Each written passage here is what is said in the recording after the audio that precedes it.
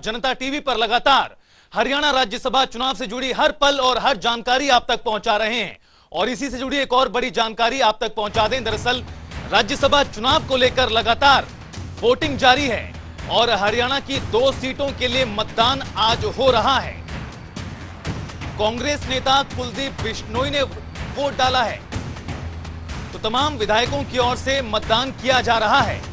मुख्यमंत्री मनोहर लाल की बात करें, उप मुख्यमंत्री दुष्यंत चौटाला की बात करें, सत्ता पक्ष की बात करें, विपक्ष की बात करें, तमाम विधायकों की ओर से अपने वोट का इस्तेमाल लगातार किया जा रहा है। ये बड़ी जानकारी आप तक लगातार सुबह से पहुंचा रहे हैं। पल पल की हर जानकारी आप तक पहुंचाई जा रही है। कांग्रेस विधायक बीबी बत्रा ने वोट डाला।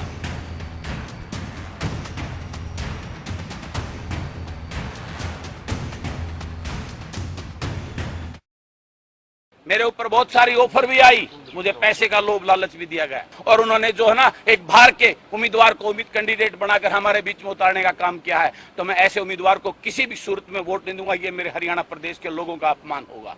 तो मैं अपना वोट किसी को ना डाल के आज एब्सेंट हो रहा हूं, क्योंकि मैं अपना वोट का प्रयोग कभी भी गद्दारी नहीं कर सकता इस हरियाणा प्रदेश के लोगों के साथ। मैं अपना आज इस पे एब्सेंट रहकर और मैं किसी उम्मीदवार को वोट ना डालकर अपने हरियाणा प्रदेश के लोगों के साथ खड़ा हूं। ऐसे गलत लोगों के उम्मीदवारों को मैं कभी वोट नहीं डाल सकता जिसने इस प्रदेश के किसान, मजदूर, गरीब, कमजोर, कर्मचारी और व्यापारी के साथ धोखा करने का काम किया है।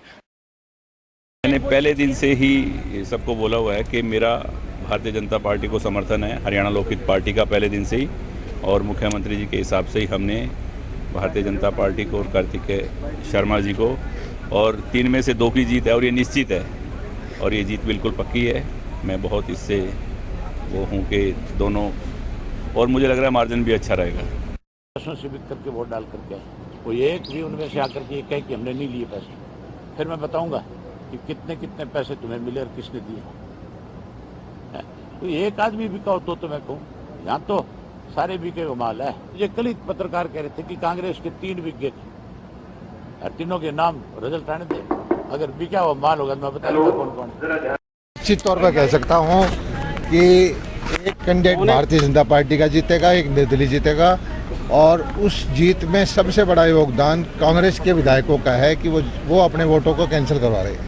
बताने में बड़ी खुशी होती है कि हम सभी निर्दलीय विधायकों ने भारतीय जनता पार्टी के कृष्ण पवार के पक्ष में मतदान किया है और उसकी जीत निश्चित है। दूसरा, हमारा जो आज़ाद प्रत्याशी कार्तिकेय है, भगवान से प्रार्थना करते हैं और उसकी भी जीत निश्चित लगती है। 100% उम्मीद है कि वो जीतेंगे। हक का प्रयोग कर रहे हैं और विधिवत जो है वोटिंग हो रही है। क्या प्रॉब्लम, क्या लग रहा है कांग्रेस के वोट इंटैक्ट है सारे के सारे? पूरी तरह से हमारे पास पूरे पर्याप्त मात्रा में हमारे पास जितनी संख्या चाहिए वो उतनी वोट हमारे पास है और कांग्रेस पार्टी विजयी होकर निकलेगी। हमारी 31 है और 31 के भी 34 हम विधायक हम वोट डालने का काम करेंगे और अजय माकन सिंह की जीत है। बिश्नोई साहब वोट डाल गए बिल्कुल चुनाव जीतेंगे जी, जीतेंगे, दोनों सीटें जीतेंगे, बिल्कुल पुख्ता कह के जा रहा हूँ। आपसे बता दिया दोनों सीट जीतेंगे, बिल्कुल पुख्ता कह के जा रहा हूँ।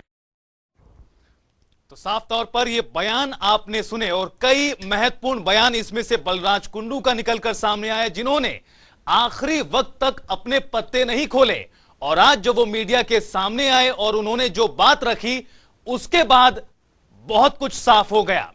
बहरहाल तो मतदान लगातार जारी है। बलराज कुंडू ने वोटिंग में हिस्सा नहीं लिया है, हालांकि जिस तरह से अपने अपने दावे जरूर किए जा रहे हैं दोनों ही ओर से, सत्ता के संग्राम में राज्यसभा का ये रण हरियाणा में दिग्गजों की प्रतिष्ठा को दांव पर ले आया है। प्रतिष्ठा पर दांव है और दांव लगी हुई है आज के दिन को लेकर। फैसला होगा किस्मत का, किस्मत किसकी बदलेगी इसका इंतजार लगातार किया जा रहा है। लेकिन ये चुनाव बेहद दिलचस्प इस लिहाज से भी हो गए हैं क्योंकि अभी तक किसी भी निर्णायक मोड़ पर ये चुनाव नजर नहीं आ रहे हैं। लगातार वोटिंग की प्रक्रिया जारी है, विधायक पहुंच रहे हैं, अपना अपना वोट कास्ट कर रहे हैं, लेकिन जो दावेदारी है दोनों ही पक्षों की ओर से पुख्ता तौर पर की जा रही है। एक एक वोट की इतनी ज्यादा वैल्यू यहां पर नजर आ रही है। एक तरफ कांग्रेस की ओर से अजय माकन है मैदान में, तो उनकी मुश्किलों को बढ़ाने का काम निर्दलीय प्रत्याशी कार्तिकेय शर्मा ने किया। लंबी जद्दोजहद चली, यहां तक पहुंचने में 2 जून से लेकर 9 जून तक हरियाणा कांग्रेस के तमाम विधायक रायपुर में ठहरे रहे, प्रशिक्षण भी दिया गया जिस तरह से कहा गया। तो वहीं कांग्रेस की इस रणनीति के बाद सत्ता पक्ष यानी भारतीय जनता पार्टी ने भी अपने विधायकों और अपने साथ वाले सभी विधायकों को 2 दिनों के लिए 48 घंटे से ज्यादा समय के लिए न्यू चंडीगढ़ में एक होटल में ठहराया और भारतीय जनता पार्टी ने भी इसे प्रशिक्षण शिविर नाम दिया। लेकिन तमाम तरह की जद्दोजहद चली और आज दिन है फैसले का। अब देखना यही है कि किस तरह से ये पूरी वोटिंग रहती है। लेकिन जो बड़ी जानकारी लगातार इस बीच निकलकर सामने आ रही है वो यही है कि 2 वोटों को लेकर दरअसल संशय की स्थिति बनी हुई है कि वोट रद्द हो सकते हैं। कांग्रेस विधायकों के 2 वोटों को लेकर संशय की स्थिति लगातार बनी हुई है।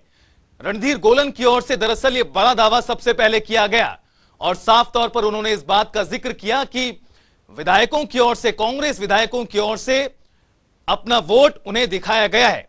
बहरहाल कांग्रेस लगातार दावा इस बात का कर रही है 31 नहीं बल्कि इससे भी ज्यादा वोटों के साथ अजय माकन राज्यसभा में जाएंगे। लेकिन जो जानकारियां लगातार सामने आ रही हैं कि उसके अनुसार अजय माकन की राहें अभी भी मुश्किलों में नजर आ रही हैं।